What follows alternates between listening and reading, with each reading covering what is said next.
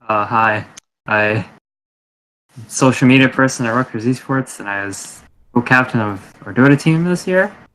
And I'm now I was also the offline player, and now I'm a five player. All right. I'm Aaron? I'm Aaron. I was the systems and tech director for Rutgers Esports for the middle of the last fall semester to the spring semester. I was also the co-captain, along with Diego, of the Rutgers Division One Dota team, and I was the four player, currently practicing three. Mm-hmm. And Michael? Uh, I am Michael. I was an officer in the Systems Tech Committee last year, and I am the position one on the D1 Dota team. All right. So you guys said a few things there that I don't think everyone could understand. So what does the 1, 2, 3, 4, 5 mean? The numbers correspond to like farm priority on the team. Even though one and two should be switched around, it's typically So like the safety of the farm, I guess. Mm-hmm. going Aaron, deeper. if you want to, Because what is farm? Mm-hmm. Like in Dota, the team accumulates gold by killing things. Okay. And you kind of have to figure out how you're going to distribute how much of that gold you're giving across your entire team. Okay. And the 1 to 5 positions dictate which kind of priority you are. So if you are the one position, the team is trying to kind of siphon all of their resources into you to make you the big boy who's going to kill everyone. Mm-hmm. Whereas if you're the 5 position, you are playing very self-sacrificial, buying items that kind of protect your one position hero, and doing things to kind of help them out. And then there's like the 2, the 3, the 4, who all also have their own like farm priorities and have their own dynamics. Okay. So like in relative terms, like to Overwatch or League of Legends, the one position or the two position would be like your mid laner AD carry, right? Yes. And then Overwatch would be like DPS kind of. Yeah, definitely. And then you have your 4 and 5 are generally the support roles, and 3 is like a wild card. Mm-hmm. So you also hit on systems and tech and social media. So Diego, starting with you, social media wise, you said you're our social media guy, right? So what does that mean? Like what roles and responsibilities did you have? He tweets memes. mostly memes. I was in charge of all our social media platforms since January. I was pretty active on the Twitter since like October-ish. Basically, my responsibilities were to be active on the social media platform, Mm-hmm. get engagement with people, put out like basically market our events, Yeah. post like updates when our events are taking place, So partnerships. we have the yield to bus, like hashtag yield to bus for Dota 2, right? So who made was it you that created the bus meme? Are you the bus meme creator? So the bus meme originated with our Scarlet Classic 3 Overwatch team Yep. last year. That was me. I think it was Aaron. It was either It Aaron. was 100% me because I stole that joke from my friend. Okay, because I wasn't sure if it was someone else or not, but it definitely originated. It definitely originated from there. The yield to bus hashtag started with a very miscommunicated hashtag that originally was "please yield for team bus." It sounded really awful, and I blame Sebastian for that. And then I when I took over Twitter, that was when I changed it to just yield to bus, which sounds a lot better. Yeah, yeah. I mean, if you guys haven't seen it yet, it's literally a bus with their faces, and it crashes in. It like crashes into like the other team's logo. It's super funny because like whenever they have to play anybody, it always goes up in social media. So community wise, you did a lot for our Twitter. So as far as Aaron and Michael, you guys were in charge of systems and tech. So what does that mean that you guys did within Rutgers Esports? So I was the director for the Systems and Tech Committee, and that kind of implies for people who are maybe not familiar to our internal structure is I was basically coordinating everyone in the Systems and Tech Committee and kind of setting like guidance for what we should be doing. And yeah, so basically mostly what I did personally was I had a big hand in helping set up the website and during events, I managed all of the broadcasting equipment and the broadcasts themselves. And then there's just like the other basic managerial things that are involved with being a director in Records Esports.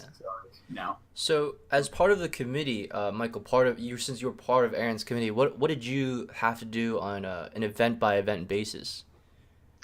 So basically what I was helping with mainly was the stream. So like getting the stream set up and running, like watching the stream to like watch out for chat, make sure the audio is working.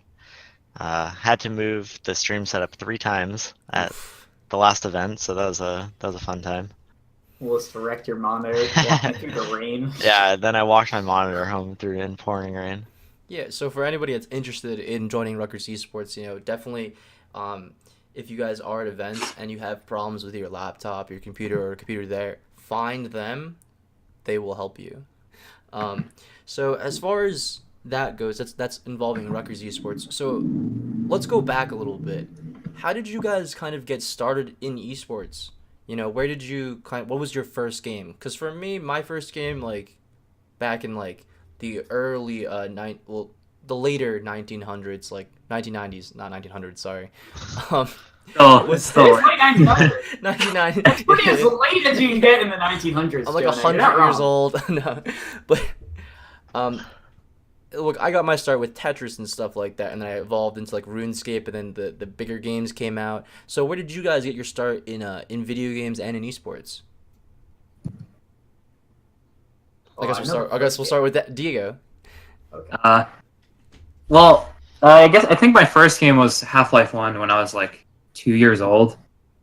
I don't know how I played it, probably not well, but I remember my dad telling me at one point I deleted all his Half-Life 1 saves, and he was pretty mad about that. That was the earliest game I can remember playing. After that, we got an Xbox for whenever, like the first Xbox whenever it came out, and I played a lot of Halo. And Halo was probably like my favorite game throughout my childhood, so most of my online time was spent playing Halo up until WoW came out. And in between like Halo and WoW, I also played a ton of Warcraft 3, and that's kind of where like I got exposed to Dota. But I actually hated Dota at first because it was like I just get called an idiot and flamed a lot, and I didn't understand why. Yes, like Dota was like a mod version of World of Warcraft or Warcraft. Warcraft 3. It was a custom map. Yeah. So, and I was just like, oh, this is just like some dumb game. Like, I don't get why people are getting upset about this. Yeah. And like playing Halo over time like made me understand like,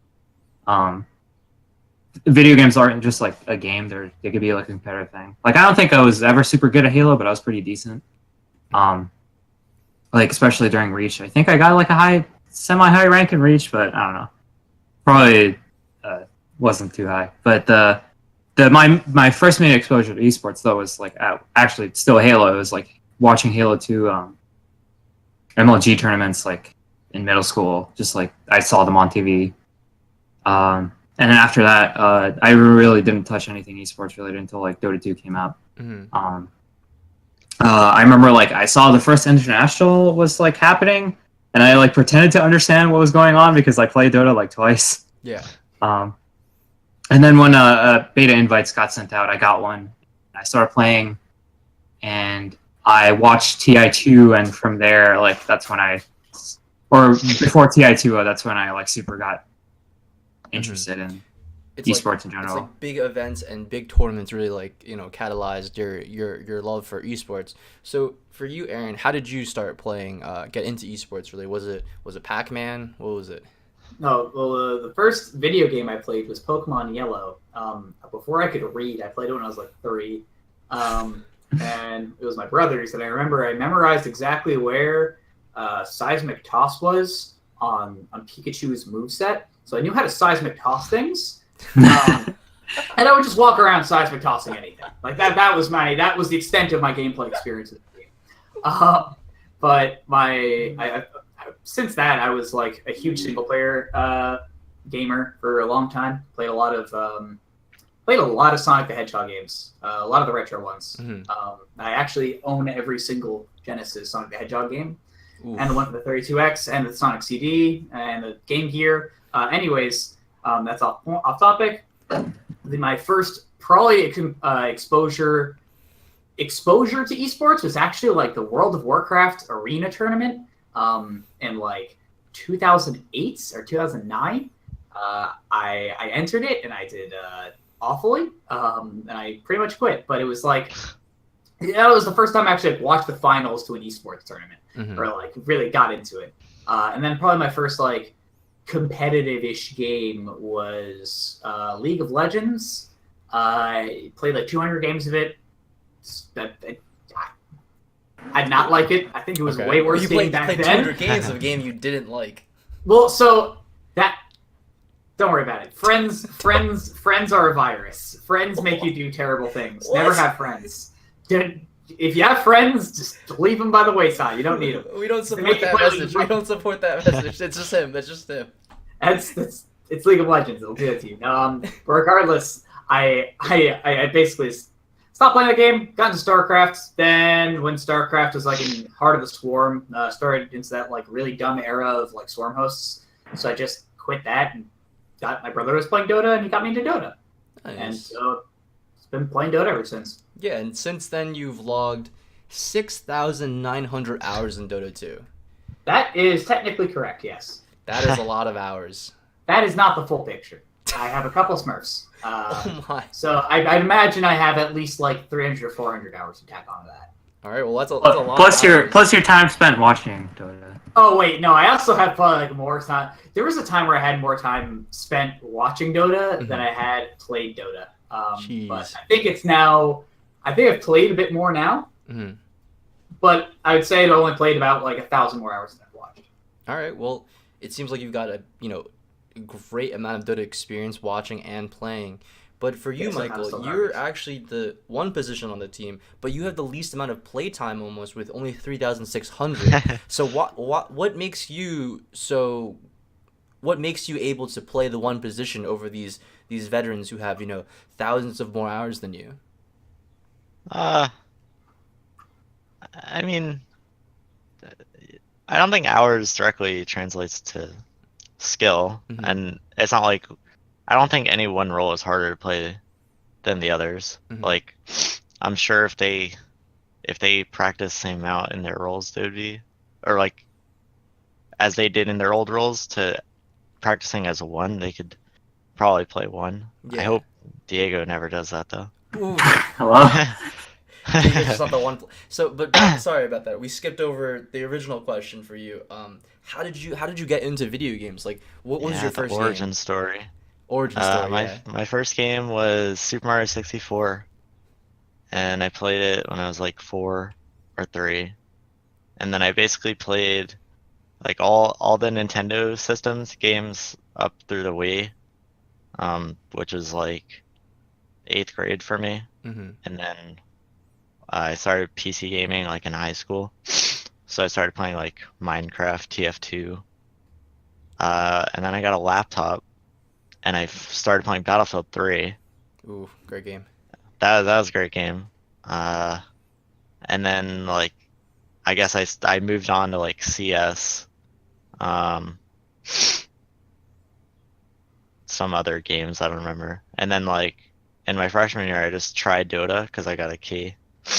And I don't know. I thought it was alright. I just like. I picked Nyx Assassin because he looked cool, and then I like got bored of Nyx Assassin, so I stopped playing the game, and then I came back like a couple of months later, and then I actually started trying, and then I've basically been playing for the last 4 years. Yeah, so Nyx Assassin, right? That brings me to my next question: is what are your guys' favorite heroes right now, or champions right now? Oh, heroes. Oh, my favorite champion will always be Jarvan the Fourth. Great character all around. My favorite champion is Ashe because she looks exactly like my favorite hero in Dota, Drow. Why is your favorite hero Drow? Drow is so boring. Drow is Invoker. Is it really Drow? Okay, so my top 3 is like my favorite hero models from Warcraft 3. It's like Invoker, Nyx, and Drow. Okay. Diego's just lonely. Yeah, well... True. Drow waifu. Well, Aaron, you're not lonely. So what are your favorite heroes? I'm lonely. Nah.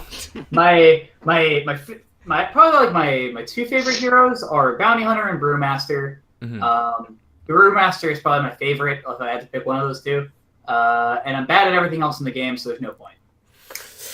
Yikes! All right, how are you, Michael? What are your favorite heroes? I What think- are the heroes you play? I got Well- this. It's Nyx, and Lycan. No, there's Anti-Mage in there. I don't 100%. like playing Lycan. Lycan's Yeah, so like what? You're an my idiot. my favorites are like Lifestealer, Anti-Mage, and Void are probably the top three, and then Mhm. like honorable mentions are like Chaos Knight and Clinks. Okay, Chaos Knight sounds like absolutely amazing. But Very cool hero. real quick, so what is like the meta for you guys as a team? Because since you guys are on the Dota 2 team together, do you guys pick the same, kind of the same meta OP broken champions? Do you kind of have like Champ. heroes? Do you guys have like this pool you pull from, that like a strat book or something like that, or how do you guys go about Well, Jonah, I got a question to respond to this question. Okay. What would you say is the overall strategy for the Overwatch team when you guys go into a game? What is the plan? So for Overwatch, what we mostly try to do is give players their kind of favorite heroes and build around one or two of them. So we'd give like Chicken Waffles Widow. So we would try to pick and ban maps based off of whether or not Widowmaker is stronger than them, and then afterwards that we draft the other 5 heroes to what is like OP and meta right now. Well, would you also say that your strategy is to just kill the enemy heroes until you win the game? No, we kind of play more objective focused. All right, I know you're I'm lying. really trying to data Towers, response dude. here, Diego. Like Well- position is well- more important than killing people. Because if you have the Either position, way, you get, it's- like, it's 3 still- kills and then It still applies because I think both me and Aaron have tried to draft according to our comfort picks. Like we're always trying to get Michael on Lifestealer. Well, so it's there. I can kind of formulate, or not formulate. I can formalize kind of what it was, or at least the past year. The idea was number one, Jacob Wagcraft Mofat cannot have a good lane ever. Okay. By that I mean we made. That's like kind of a meme, but most of it was that we had a lot of faith in that Jacob could kind of like win his lane on his own, and he played pretty well on heroes like Dragon Knight, Razor, or Death Prophet, heroes that just like you can Viper. put them in a lane and they don't need to win that lane. Mhm. They just need to survive, and they're probably going to survive. Yeah, You know, they like things like sustain Viper. and scale, right? Yeah, we throw them in a lane. I would kind of just up until recently, because of big meta changes, I would just like try to be making things happen on the map. I'd usually go to Diego's lane, and then try to zone Michael's lane. Mm-hmm. We'd have Diego feeding, or Diego playing some like fairly greedy. We usually didn't stack Diego's lane. It was usually like fairly greedy, or like just pretty good utility. Diego sacks it for himself. And we most of our drafts were like completely based around, or were completely. Of course, it's still. I can talk about this now because it's not. No one's gonna. I hope none of my CSL opponents are gonna watch this, and also our team's gonna change later. I mean, we'll upload Also- it to YouTube and I'll send it to them. Alright, good. Make sure they see it. I want them to know. But Michael, it was like kind of our star player. The idea was that if we can, every game that we always lost, we would be like, okay, why did we lose this? Oh, and half the time it was because Michael just like got a shit matchup or a shit game, and it's like we kind of figured out that we needed him to win. We also had for all of our official matches, we had draft documents, which were kind of like specifically that we all made together, that were specifically prepared against a team, specifically with our strategies in mind. We also had a large list of heroes that are just, it's like a quick cheat sheet for what heroes people are Like comfortable what's on. good, what's not good. Yeah, or not even what's good, just like what you're comfortable on, what you can play. Because as long as I can like look at that and be like, oh, as long as say I have a crazy idea and I'm like, oh, can Jacob play Kunkka? It's like, of course he can play Kunkka. He's played it 80 times in a row. But what if I didn't know that? I could just look at this document. Jacob plays Kunkka. Kunkka. Awesome. Yeah. Well, what heroes, what strategies? Because Aaron hit on it for you, Michael, right? That they needed you to win your lane. they needed you to like win the matchup, to win the game overall. So what have you been doing to set yourself up to carry the game? Well, something that we've been doing, like especially when we pick heroes like Lifestealer, is like you just get a good matchup in the safe lane, so I can just solo, and then the two supports are free to just like go win the other lanes. Mm-hmm. Um, so basically the idea is just like get a good start, maybe get like the tower, and then just like farm and don't die is basically The name the of the game. strategy. Yeah. So it's called the safe lane, and most people that play League of Legends, they don't really know what the difference is to Dota. So what is the safe lane in correlation to League of Legends? Would that Aaron? be like bottom lane, top That's- lane? So if you're on, it depends. So if you're on Radiant, that's the bottom lane. If you're on Dire, that's the top lane. It means if you're on the bottom, if you're on the team who's on the bottom left side of the map, that's your bottom lane, and then it's flipped if you're on the other side of the map. Okay. A big difference of League and Dota is like asymmetry on the map in Dota, I think. Oh, so It's- it's still a bit more lopsided, symmetric. right? It's like a different it's like different for both sides, right? As compared to League. Yeah. Okay. Yeah. Okay. So as far as that question goes, so how much positioning work did you guys have to do? Because I mean, the map of Dota 2, since it's asymmetrical, did you guys have to focus a lot on positioning? Because I know Diego, you said before that it's all about killing the opponent, right? And while that is true, you need to get that positioning in order to have the best odds at winning that team fight. So how much prep work did you guys do inside the micro of the game? It's usually, I don't think we did much like out of game or even in game. I guess out of like match prep work for specifically our positioning. There would be like some small things. Usually, would be like, oh hey Tim, can you stand over here to break the smoke, or like can you stand in the back so you get your ult off? Yeah. And it's if like an ability in the enemy or allied team was important to consider positioning wise, we'd like mention it. But outside of that, positioning work isn't, I'd say, as important as it is in like FPS. Yeah. And then you can like train it in FPS, and like that's like a really strong skill. Whereas in, even though positioning is very important, it's like you right click to a place and you go there. Exactly. So you meet up there at the certain amount of time. So as far as Dota 2 goes, we could sit here and talk about that, but a recent development was that Diego and Michael teamed up to play Quake Champions together. CSL recently released a $100,000 tournament aimed at collegiate Quake champions. So Quake, being released very early on in like 2004, I believe. Quake Champions is the follow-up to that game, and it's very recently kind of gotten some attention from pro players and from the collegiate scene in general. So how has that transition been from Dota 2 to Quake Champions? I don't think they're the transition. Well, for me personally, the transition thing isn't like such a big deal because I used to play a lot of FPS and I still play FPS on and off. Like last year, I tried out Quake Champions and I enjoyed it, but it was like I'd rather play Dota. Okay. And like before, I said I play a lot of Halo and I played CS on and off as well, so it wasn't like too big of a deal for me. Is it more similar to Halo or CS:GO? Well, since Halo itself is more of an arena shooter, I'd say it's closer to Halo. It does help that I also played Quake a long time ago, like with my dad, because my dad was pretty good at Quake. So a lot of that I think is transferred over. Also, like the new mechanics in Quake Champions, it's like aspects of MOBAs, like passive abilities, different stats, and active ability. That's very mobile. So there's different classes then. So what class do you guys play then? Well, I tried to stay. I really wanted to play like the lighter classes, like the ones that move fast. That's just my preferred play style. Is like, I play like agility heroes. Yeah.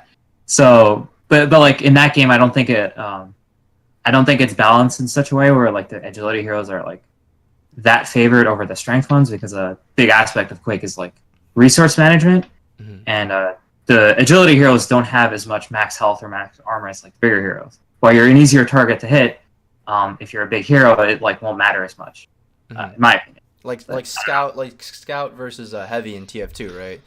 Yeah, Like heavy's super slow, and then scout is just like double jumping all over the place and running really fast. So Yeah. for you, Michael, what heroes did you? Oh, not heroes in Quake champion. What champion did you play? I basically started with what scale bearer, I think. yeah, the big guy, Yeah. The big Yeah, guy. the guy that yeah, charges. basically the charger from Left 4 Dead. Oh, I just picked him because like I only have 3 heroes unlocked and he was one of them, so I just tried it. I was like, all right, we'll just that's go in pretty there. good. We'll just pick the default heroes. We'll win. Let's Yeah. get it. How do you think your transition's been, Michael? I think it's been alright. Like I was also pretty good at FPSs back when I played them more. Like I used to be LE and CS Mm-hmm. before I got into Dota. Played some Battlefield, so. Yeah. What Yeah, would you- I gotta say for someone that's not played arena shooters before, I think Michael's picked up the game pretty well. That's all. It is it's certainly a strange like for the first hour of playing because Yeah, the starter gun is like so painfully bad. It's really annoying. It's like, oh my. Well, for that transition, right? What is like the main difference for your average player going from a MOBA to arena shooter? Like what are the differences? I mean, obviously where your left hand is and your right hand is, you have to click different buttons all over the keyboard and the mouse. But so like, what are some of those differences that you've encountered? Arena Oh. shooters are just like more mechanically intensive compared to overall strategy. I'd say like you don't. I mean, some strategy I'm sure is good, but like for the most part, if you can just outshoot your enemy in Quake, you're just gonna win. Which is less of the case in Dota. sometimes I've heard Quake being compared to a real estate game more than a shooting game because you need to have control of the map. Mm-hmm. Well, so I think, but Quake is one of those games where it's like it's more macro than other arena shooters. But for me, it's like the thing in Quake that's a lot harder is just like how intensive it is mechanically. Like after a couple games, I'll be like exhausted because a game of Dota takes place over like the course of 30 to 40 minutes, and there's like a lot more downtime. A game of Quake is like 10 to 15 minutes of just like nonstop. Like you have to, it's 100% of your effort. Mm-hmm. And there's like way less room for error.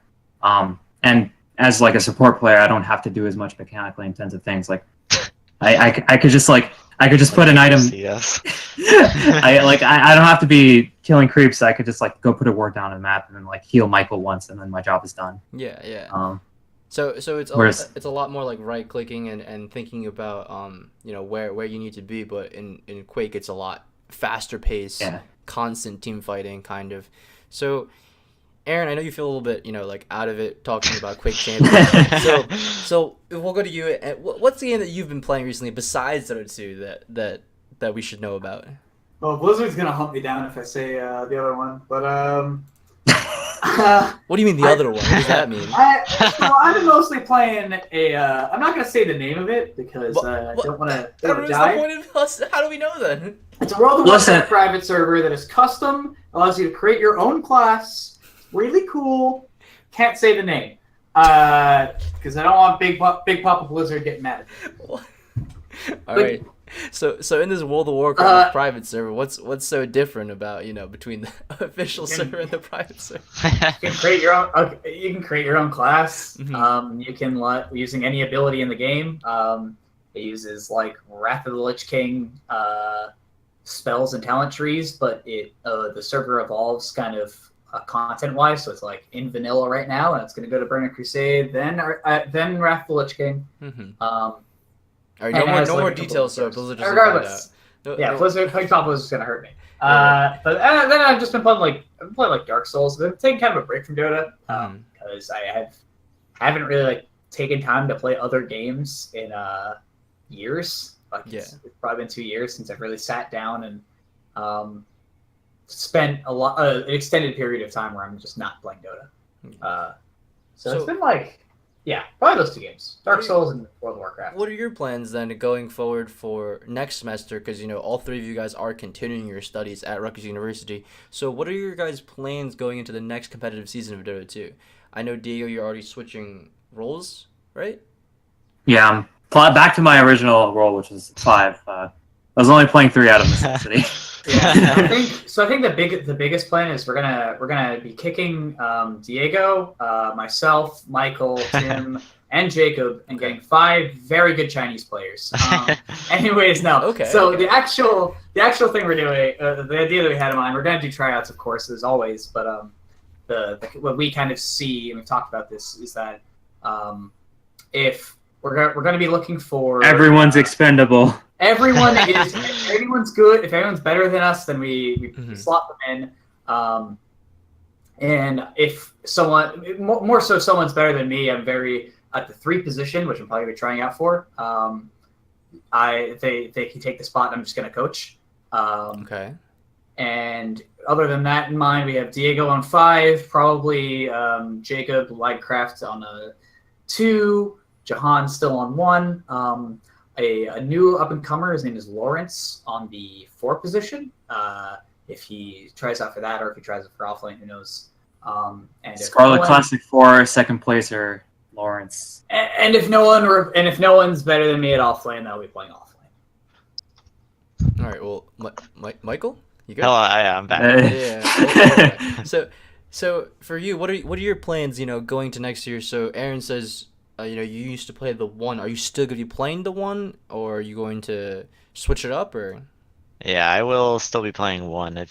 I've also been taking a little bit of a break from Dota, just like Aaron, but I'm just waiting for the new season to start, for the ranks to reset, and then basically once that happens, I'll get back to solo queuing, practicing my 1 or Shadow Demon support. So is Shadow Demon support just like the DPS support, the guy that just does a lot of damage? It's just my comfort support pick. Like, if someone marks safe lane, I just lock Shadow Demon. It's so fun to play. Solid. So for you, Diego, what are your plans then going to for Dota? You're going to be doing the 5 now, so your transition from the 3 to the 5. It means that you'll be more focused on the supportive role. Yeah, and also be going I'll be focusing on captaining and drafting now a lot more.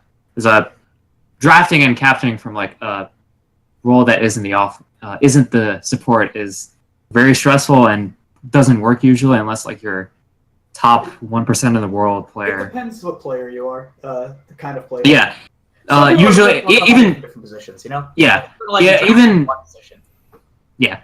Even at the very top of Dota, there's only a couple of players who have drafted and captained from not a support role. Notably, EE plays captain from the 1 position. S4 from 3 and 4, S4 captain from mid. Mm-hmm. It happens sometimes, but it happens sometimes. But it's specific to a player usually. That player has the skill that they can do this. Mm-hmm. Yeah, depends on person. Yeah. So the 3 players I know are Dendi, HY, and Fear. So do any of those guys captain, Diego? Dendi, no. HY, I have no idea about HY. HY's gone, dude. He's gone? No, but he's... Dude, he was... That dude was gone since TI1. He was at TI1, No. He took a huge break, and then he's joined this SEA team, White Fries, who never did anything. Fear, I think... Fear, I don't know. He just retired. Yeah. Oh, no. But I think he's played every single role, and I think he's captained from every single role, right? Has he captained from every single role? I don't think that's true. Has he not? Okay. That sounds intense if he has. He has captained before, but he hasn't captained. I know he hasn't captained every time he's played, but he's definitely captained from at least 1 or 2 roles. Yeah, probably multiple roles, not every single one. Because I don't think he played mid. So captaining is just drafting, kind of, right? You do the drafting. Not just drafting, but moment to moment shot calling. Some and teams also have different captains and drafters. Yeah. It's very dependent on your team dynamic, but usually you'll have one guy who at least, even if he doesn't have total commanding power, and most of the time they don't, they'll at least have kind of a final say, or this is the guy that we generally should be listening to. Mm-hmm. Yeah, it could change. Caller, right? Yeah, it's a shot caller. It could change throughout the game as well. Something EE says that we've talked about before is just if the 1 isn't calling the shots in the late game when he's the strongest, then he's an idiot. That makes sense. Yeah, that makes sense. Because he would know the best what they can and can't do, because he has his own stats in mind. Yeah, the most farm hero on the map should be the one calling shots in the late game usually. If not, then the person who is should be very aware of what's going on. So yeah, that's what I'm going to be focusing on. And since I've stopped playing offlane, my MMR has gone up by like 400. So Whoa. Whoa. yeah, I was 1 game away from 5.7 just an hour ago, and then I lost the game. Oh no. So Oh no. But still, I mean Sick. that jump of 400 is really impressive because I mean you're switching roles completely. So I mean, it's kind of a new experience for you. yeah, and since that switch, I feel like I've been playing offline a bit better now since I understand the game a lot more from not just like an offline perspective.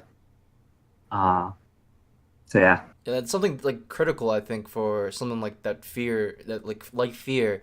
They did is that they understand how to play the game from every single role. So then that way, they can understand the game as a whole, and it increases their macro understanding of the game. And at any point in the game, that they'd probably have a knowledge of what characters can and can't do.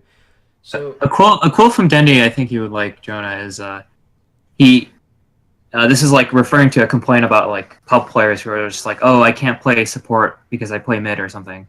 And he says that there isn't playing a role in Dota. There's only playing Dota. If you can't play support, you're bad at the game. Exactly. I mean, like you have to be able to in esports. I think it's critical for you to have in-depth knowledge of all the other roles. Otherwise, you can't really work with them. It's like it would be in sports, football, for example, if you were to be a quarterback, but you didn't understand how wide receivers play. So what, you just be like chucking the football at people and they just be like, oh, like you can't throw that to me like that. Like I actually physically can't catch that. Like it makes no sense. So yeah. So for that technical knowledge and that aspect of the game, Aaron, you mentioned you're going to be coaching potentially for Dota 2. So what is that going to be like? Because I know that you guys haven't really had a coach. So what do you plan to implement if you do become a coach? If I coach, it's going to be a split between handling dumb interpersonal things, not dumb interpersonal things, interpersonal things, and kind of doing a lot to research opponents, because that's one of the biggest qualities I saw in myself as a captain when I was doing that, was that I put a lot of time and a lot of effort into scouting people and finding out relevant information about how they play and kind of using information to pick apart like what their play style might be and and using that to like inform our own drafts and prepare. Like bands. Page paper. Huh? Oh yeah, and 17-page papers. I'll make multiple page papers about how we're supposed to play a match. Kappa, no Kappa, but like, it's mostly a lot of prep work and like interpersonal managerial shit. That I'll probably do. Something interesting that I think that you could definitely implement is in Overwatch. We have a few different things, a composition, right? So for example, we had a tour builder defense composition, and during my time with Rockets, what I did was I wrote down a paragraph per each player, what their role was in that specific composition. So your task for Dota 2 would be a lot more in depth since you guys have multiple compositions. It's not just like there's only 26 heroes in Overwatch, and how many heroes or how many characters are there in Dota 2? 119. Anyone? Well, something like that. We had something actually kind of like that. It wasn't more hero specific. It was like we had I basically had code names for. They're not really code names in the sense that we're trying to keep our strategies with people, just code names because I like code names.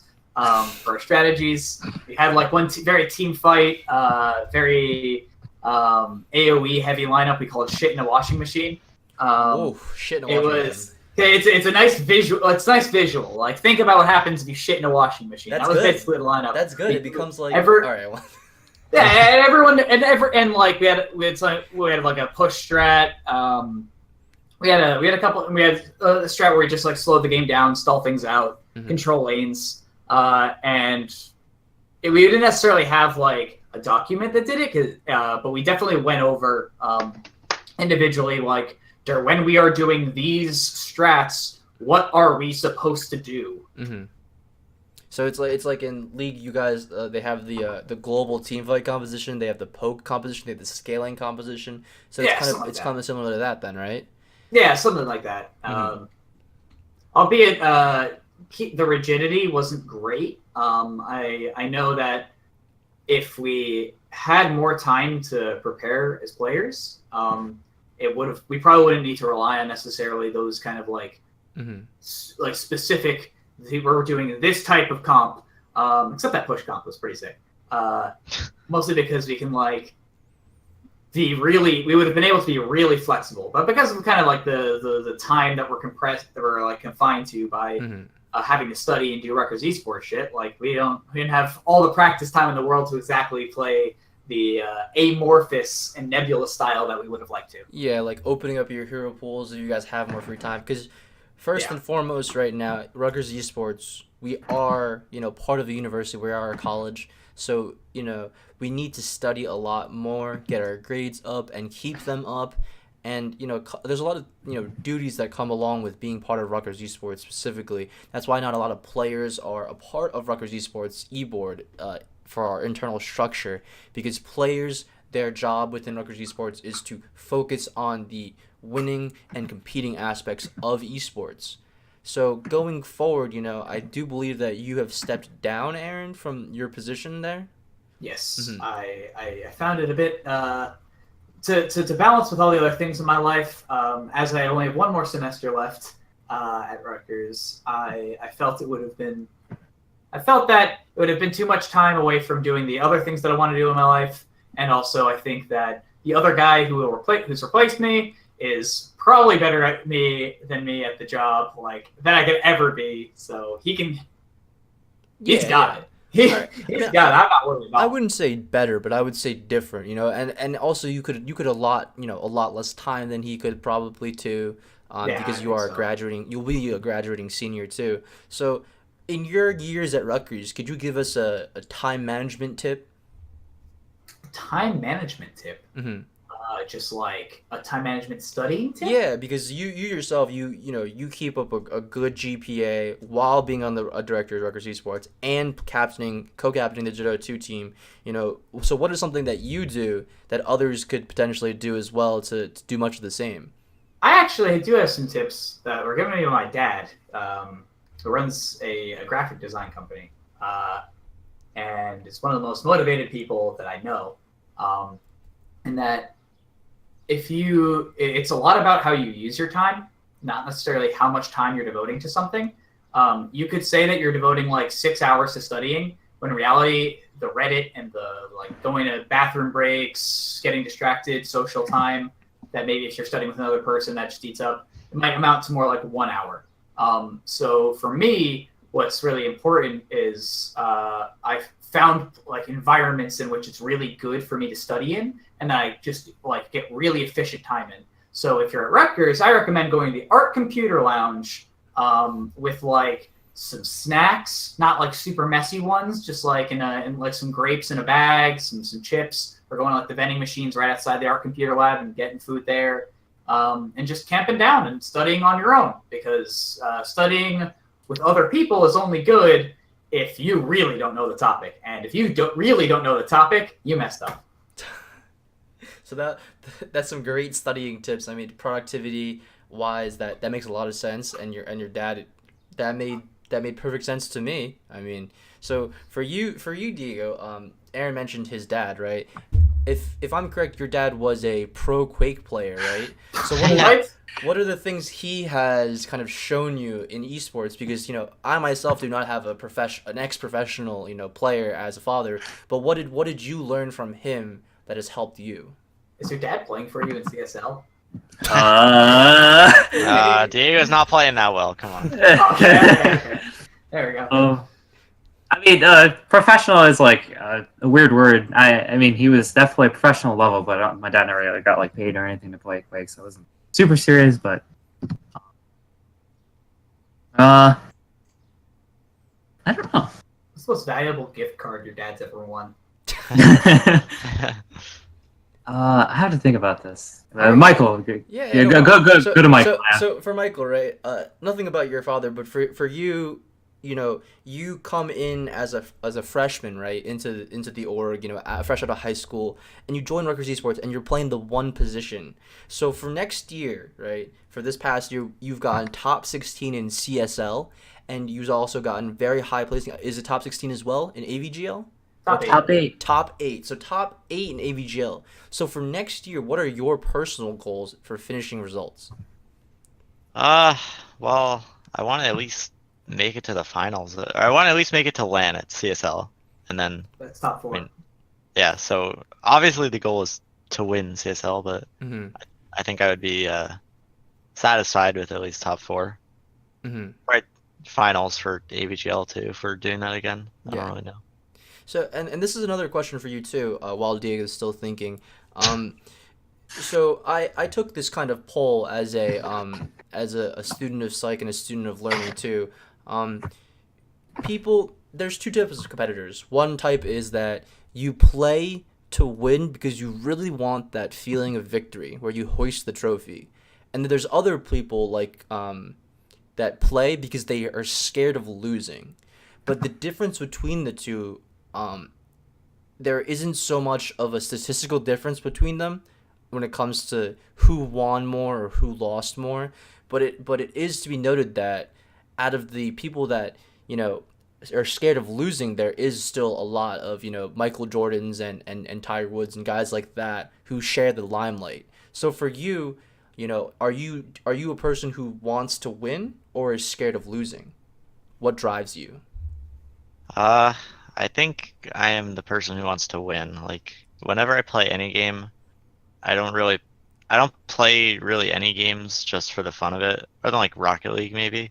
Like I play games to be good at them, Mm-hmm.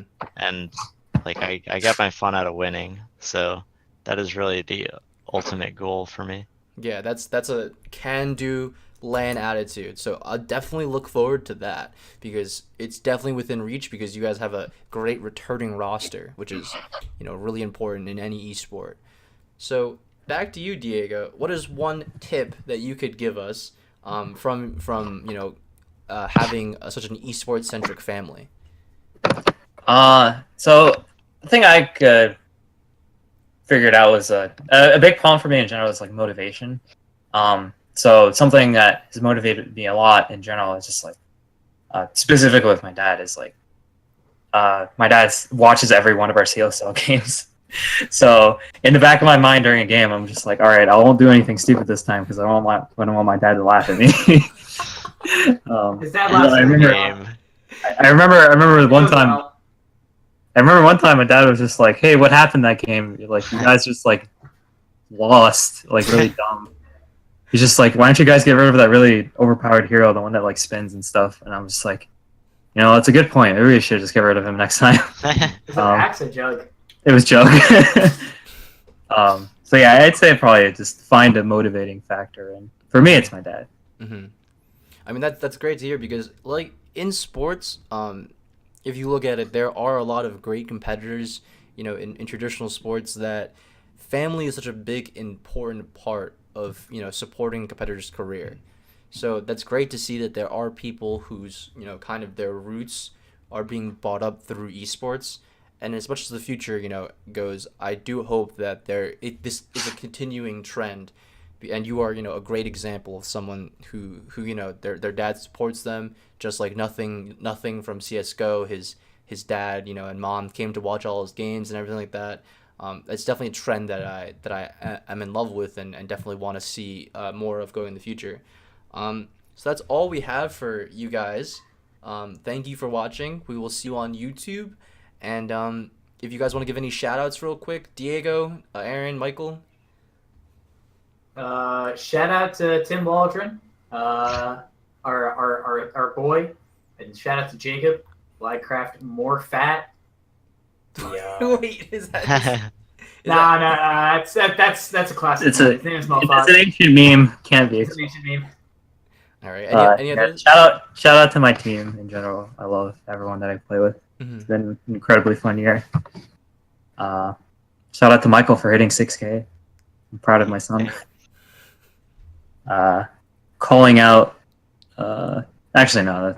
Dude, you have Shout out to to. Michael's girlfriend You for can't keeping just his say ego calling checked. out and then not finish it. I'm gonna do it. I'm calling out Caitlin for taking my son away from me half the time. Oof. Can we call out another school? Can we just call out Inferno for being salty? Yeah. Oh man. You could do Call that. out Inferno for being a salty, terrible loser. Like Jesus Christ, dude. I mean, but you gotta back it up though next Oh year. wow, my team didn't pause for me because Terrible they're dumb. winner, man. I mean, they ran out of pause time, but it's not our Yikes. fault. Yikes. All right, Michael. Any shoutouts? Final words? I will shout out and call out my girlfriend Caitlin. All right, Shout out. guys. Very supportive to call out because she hasn't played Dota yet. That's nice. So that's all we have for you guys. Thank you very much for tuning in, and thank you guys for being such wonderful guests. This has been episode 5 of Behind the Screens with the Dota2 team. Top 8 finishers in the nation. Thank you very much, guys, and we'll see you next week.